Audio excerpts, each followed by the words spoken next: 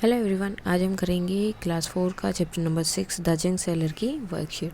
इसकी कुछ वर्कशीट जो है पहले के पार्ट जो थे वो हमने ऑलरेडी कर लिए हैं। उसके बाद आगे के आपके किस टाइप के क्वेश्चंस रहते हैं या आपके एग्ज़ाम में या फिर वर्कशीट में किस टाइप के क्वेश्चंस आ सकते हैं वो हम करेंगे अभी आगे। फर्स्ट वन यहाँ पर एक इन्होंने मल्टीप्लाई मेथड बताया है, कैसे स्प्लिट करके यानी कि नंबर को छोटा करके। सो जैसे यहाँ पर 75 था, 103 था, 75 लिखा, 103 को क्या किया, 100 अलग एंड 3 अलग। देन 75 की मल्टीप्लाई की पहले 100 से, देन 75 की 3 से, देन उन दोनों को क्या करना है, ऐड। तो सेम यही प्रोसेस जो है हमें आगे सब में जितने भी क्वेश्चन दिए उनमें करना है। 52 एंड 107, सो 107। उसके बाद क्या करना है, 52 की मल्टीप्लाई पहले होगी 100 से एंड देन 52 की मल्टीप्लाई होगी 7 से।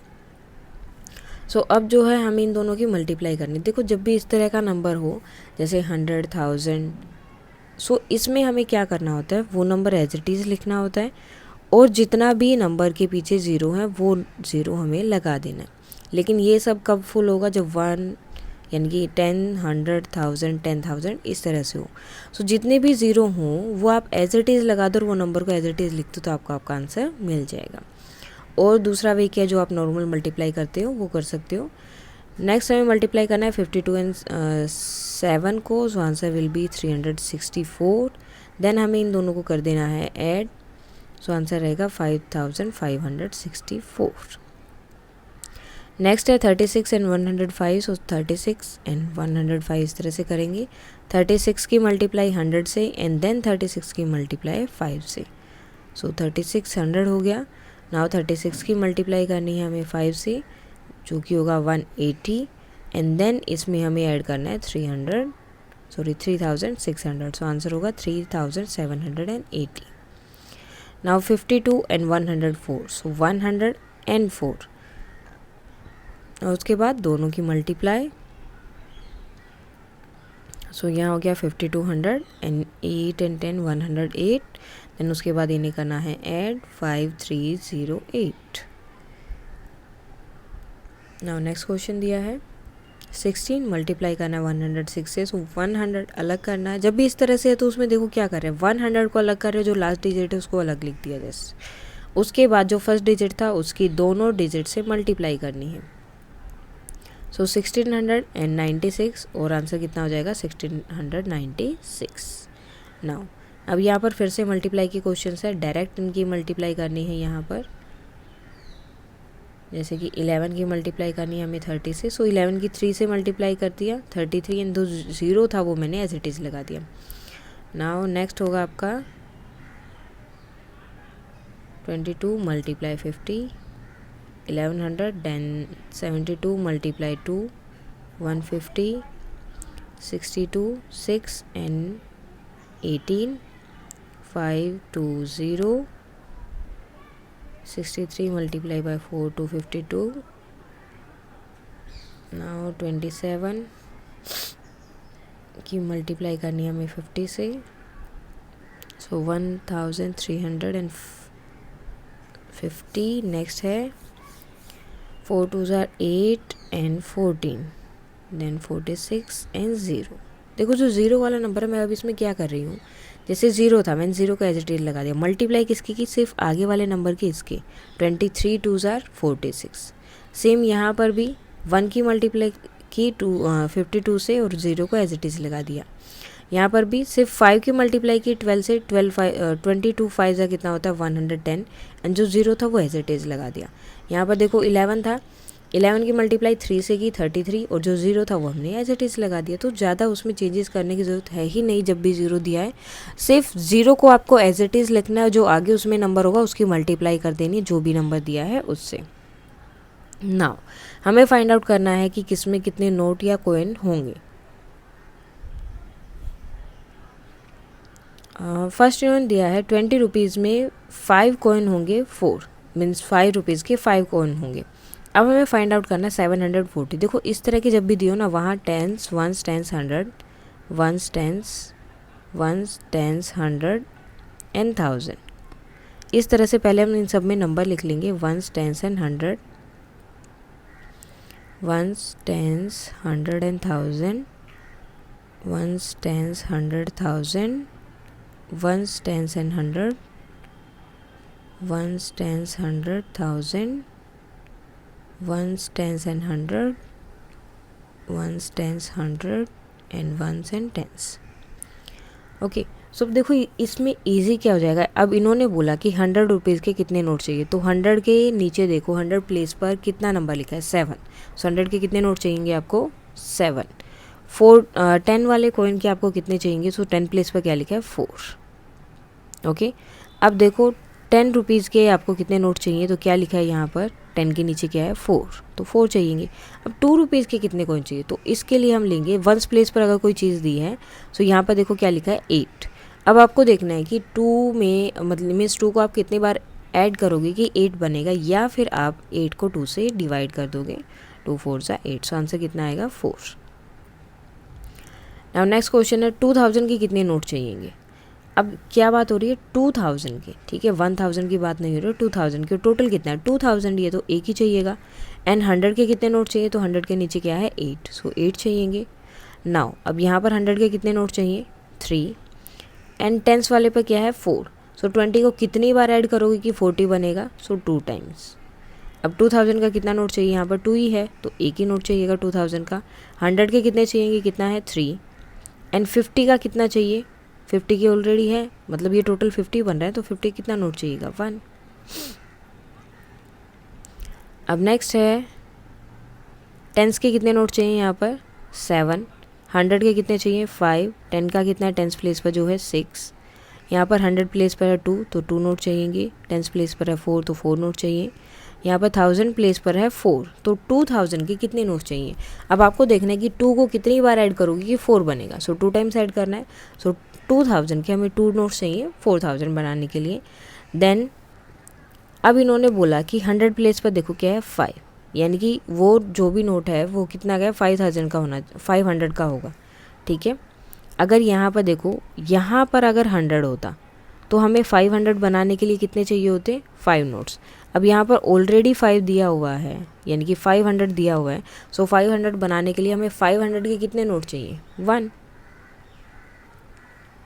अब यहाँ पर देखो 100 है और 100 प्लेस पर क्या है 2, यानी कि 100 के कितने नोट चाहिए कि 200 बने, सो 2. अब यहाँ पर 20 है, यहाँ पर 60 है, ठीक है.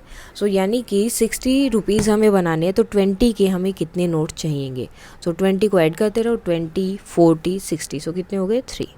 नाउ अब यहाँ पर 2000 का नोट है, टोटल रुपीज़ आपके पास कितने हैं 4000, सो 2000 को कितनी बार ऐड करना पड़ेगा 4000 बने, सो 2 टाइम्स. अब देखो यहाँ पर हमें चाहिए 500 का नोट, और यहाँ पर भी कितना है 500, सो 500 और 500 के नोट से हमें 500 बनाना है, तो कितने चाहिए 1. एंड आगे है 80, ठीक है. सो 20 को कितनी बार ऐड करेगी 80 आएगा, सो 4 टाइम्स. नाउ नेक्स्ट है इनका प्रॉफिट एंड लॉस दे दिया है आपको, sorry cost price and selling price कि इतने रुपए में उन्होंने ख़रीदा और इतने रुपए में बेच दिया.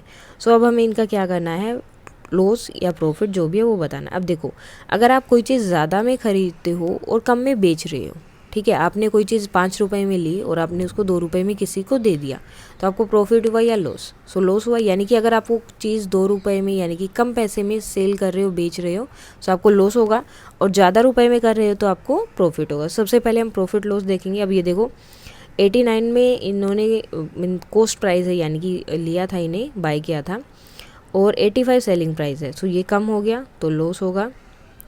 यहाँ पर देखो ज़्यादा हो गया, यानी कि ये अगर ज़्यादा है तो प्रॉफिट है, ये कम है तो लॉस है. ओके, सो यहाँ पर प्रॉफिट है, यहाँ भी प्रॉफिट है 75 एंड 72, सो यहाँ लॉस हो गया.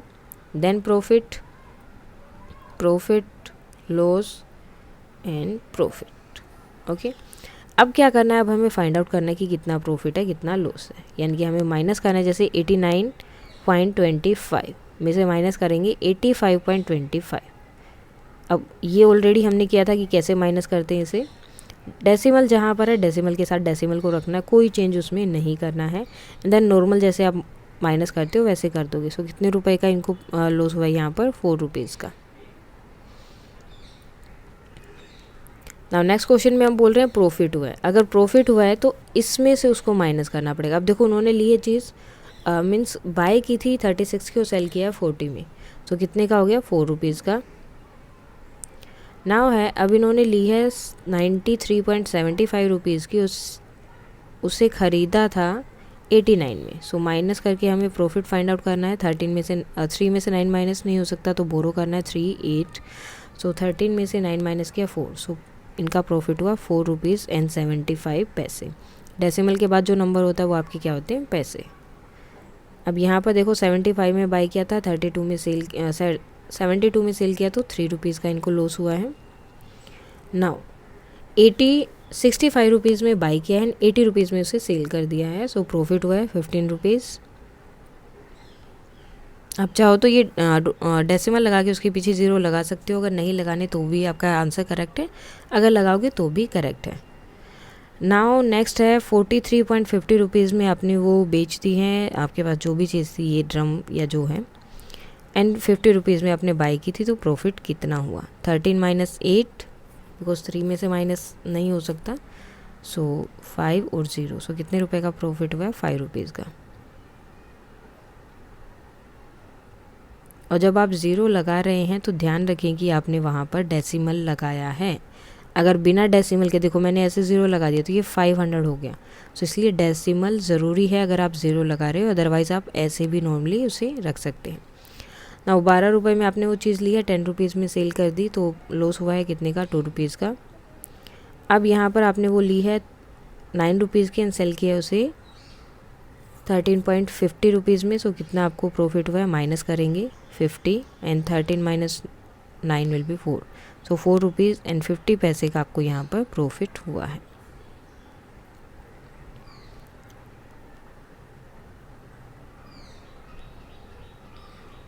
Now calculate the interest paid. अब हमें इंटरेस्ट जो है कैलकुलेट करना है कि टोटल कितना इंटरेस्ट इन्होंने दिया। अब देखो इसमें हमें क्या करना है, ये तो आपका टोटल अमाउंट था। अब इंटरेस्ट क्या होता है, जैसे आपने कोई चीज़ किसी से ली है, ठीक है, तो जब आप उसको वापस दे रहे हो तो आपको कुछ एक्स्ट्रा अमाउंट उन्हें देना होता है। जैसे बैंक से लेते हैं या किसी से वैसे भी आप बोरो करते हैं, सो कुछ एक्स्ट्रा अमाउंट आपको उसको देना होता है। वो एक्स्ट्रा अमाउंट को हम क्या बोलते हैं, इंटरेस्ट। अब देखो इन्होंने पैसे लिए थे 350 और पे कर रहे हैं 420, ठीक है। अब उन्होंने लिए तो 350 थे, लेकिन पे कितना किया 420। सो अब अगर इतना पे कर रहे हैं तो मीन्स उन्होंने कुछ एक्स्ट्रा पे किया है। अब एक्स्ट्रा पे किया तो उसका मतलब क्या होता है, वो इंटरेस्ट है। जितना रुपए उन्होंने एक्स्ट्रा पे किया वो होता है इंटरेस्ट। सो ये हम कैसे फाइंड आउट करते हैं, अमाउंट के साथ जो इंटरेस्ट है उसमें से जो अमाउंट थी उसे माइनस कर देना है। अब अमाउंट कितना है, अमाउंट के साथ इंटरेस्ट है 960 और अमाउंट कितना था 890, सो इसे हमें करना है माइनस। सेम यहाँ पर 200 को माइनस करना है, यहाँ पर 2300 एंड यहाँ पर 830। नेक्स्ट में हमें माइनस करना है 3860 को, नेक्स्ट 930 एंड लास्ट वन है 750 रुपीज़ को हमें माइनस करना है। सो फर्स्ट में हमें माइनस करना है 420 एंड माइनस 350, सो कितने रुपए हुए 70 रुपीज़। 70 रुपीज़ उन्हें एक्स्ट्रा पे करना पड़ा है। नेक्स्ट है 960 जो उन्होंने पे किया उसे, और उन्होंने उनसे लिया कितना था 890 रुपीज़, सो यहाँ भी 70 रुपीज़ है। यहाँ पर आप डायरेक्ट देख सकते हैं नेक्स्ट क्वेश्चन में 960 290 रुपीज़ जो है उन्होंने पे किया, 200 उन्होंने लिया था, तो कितना रुपये एक्स्ट्रा पे किया है 90 रुपीज़। नेक्स्ट है 2437 वो पे कर रहे हैं, 2300 उन्होंने लिया था, सो कितना एक्स्ट्रा पे कर रहे हैं वो 137। नाउ नेक्स्ट होगा 50 रुपीज़। नेक्स्ट है 3910 माइनस करना है 3860, सो आंसर रहेगा 50 रुपीज़। नेक्स्ट आंसर रहेगा 40 रुपीज़ एंड नेक्स्ट है 1860 माइनस 1750, सो यहाँ पर रहेगा 110। देखो अमाउंट के साथ जो आपका इंटरेस्ट आया था, यानी कि इंटरेस्ट के साथ जो आपकी अमाउंट थी, इंटरेस्ट के साथ में जो अमाउंट थी उसमें से जो टोटल अमाउंट है उसे आपको जस्ट क्या करना था, माइनस, ठीक है। अब देखो इंटरेस्ट के साथ मुझे ये अमाउंट उन्हें देना है और ये अमाउंट मैंने उनसे लिया था, तो मुझे इसमें से ये वाला अमाउंट माइनस कर देना है। सो सब में जब जैसे आप ये माइनस करेंगे सो आपको इंटरेस्ट फाइंड आउट हो जाएगा। इंटरेस्ट मीन जो एक्स्ट्रा मनी आपने उनको पे की है वो आपको पता चल जाएगी कि इतने एक्स्ट्रा रुपए मुझे उन्हें पे करना पड़ा है। एक्चुअली ये क्वेश्चन भी आपके बुक में है कि वो हर चीज़ के लिए जो है लोन ले रहे हैं या ऐसा कुछ कर रहे हैं। लोन एक्चुअली क्या होता है, बैंक से आप कोई अमाउंट लेते हैं कि मुझे कोई काम शुरू करना है तो उसके लिए मुझे कुछ पैसे चाहिए। सो जो अमाउंट आप लेते हैं उसे आप बोलते हैं लोन। सो उस लोन पर आपको कुछ इंटरेस्ट देना होता है, ब्याज देना होता है। सो वो ब्याज क्या होता है, कुछ एक्स्ट्रा रुपीज़ आपको बैंक को पे करने होते हैं। अब कुछ लोग जो है अमाउंट बैंक से लेते हैं, लोन ले लेते हैं, सो वो ईजी रहता है पे करना भी और उसमें जो है इंटरेस्ट भी ज़्यादा नहीं होता। और कुछ जो है कुछ लोगों से लेते हैं, जैसे विलेज में या जहाँ भी उनको मिलता है कि ये हमें दे सकते हैं, सो उनसे लेते हैं। सो वहाँ पर उनका जो अमाउंट होता है, इंटरेस्ट होता है, वो उन्हें ज़्यादा पे करना पड़ता है comparison to bank, because bank में इंटरेस्ट कम होता है और जैसे ही आप नॉर्मल किसी बाहर से लेंगे तो आपका अमाउंट या इंटरेस्ट ज़्यादा हो जाता है। ये आपकी बुक में भी है, आप ये क्वेश्चन देख भी सकते हैं। Now choose the correct option from the following. इसलिए यहाँ पर ऑप्शन नहीं है, सो हमें सोल्व ही करना ही नहीं। जैक हैज़ 200 रुपीज़, सो उसके पास टोटल 200 रुपीज़ है। देन उसने 70 रुपीज़ की जो है सॉक्स बाय किए एंड 98 रुपीज़ के ग्लव्स। सो टोटल उसने कितना स्पेंड कर दिया यहाँ पर, 168। टोटल कितने थे, 200, इतना उसने स्पेंड कर दिया। तो अभी कितना बचा है, तो अभी कितना बचा उसके पास, 32 rupees. Now a music store is having its Black Friday sale. The store will give 60% of the second item a customer purchase.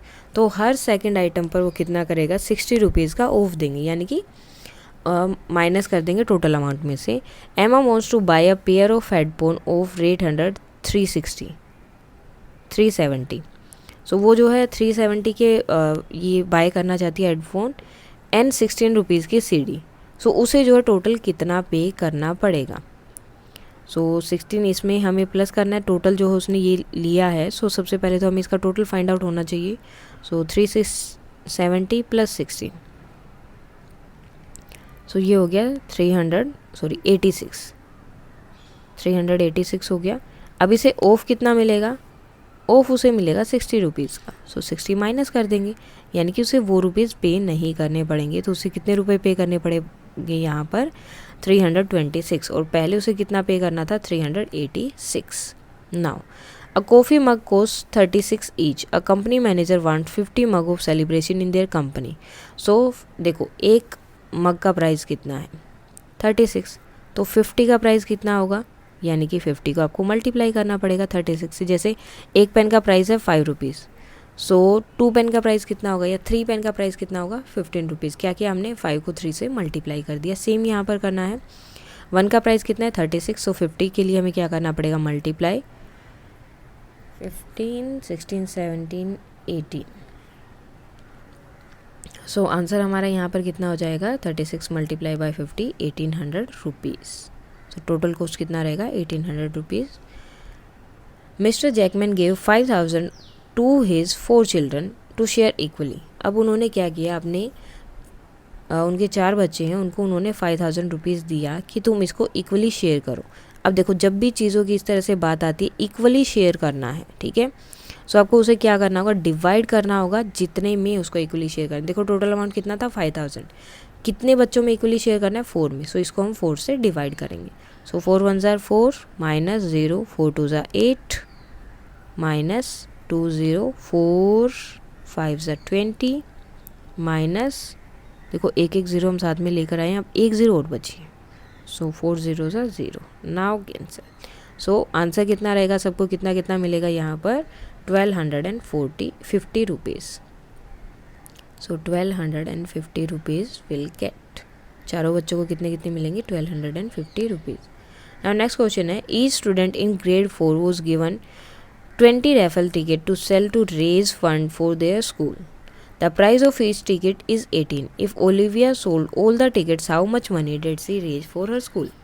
सब उन्हें जो है कुछ चीज़ दी गई है सेल करने के लिए, और एक का प्राइस कितना है, 18 रुपीज़, ठीक है,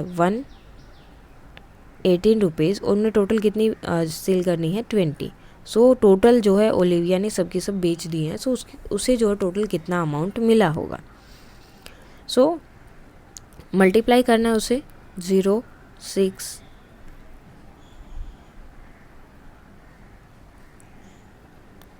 360 रुपीज़ उसने जो है अपने स्कूल की हेल्प के लिए टोटल जो है मीन्स रेज़ किया है या फिर इकट्ठा किया है उसने इतने रुपीज़।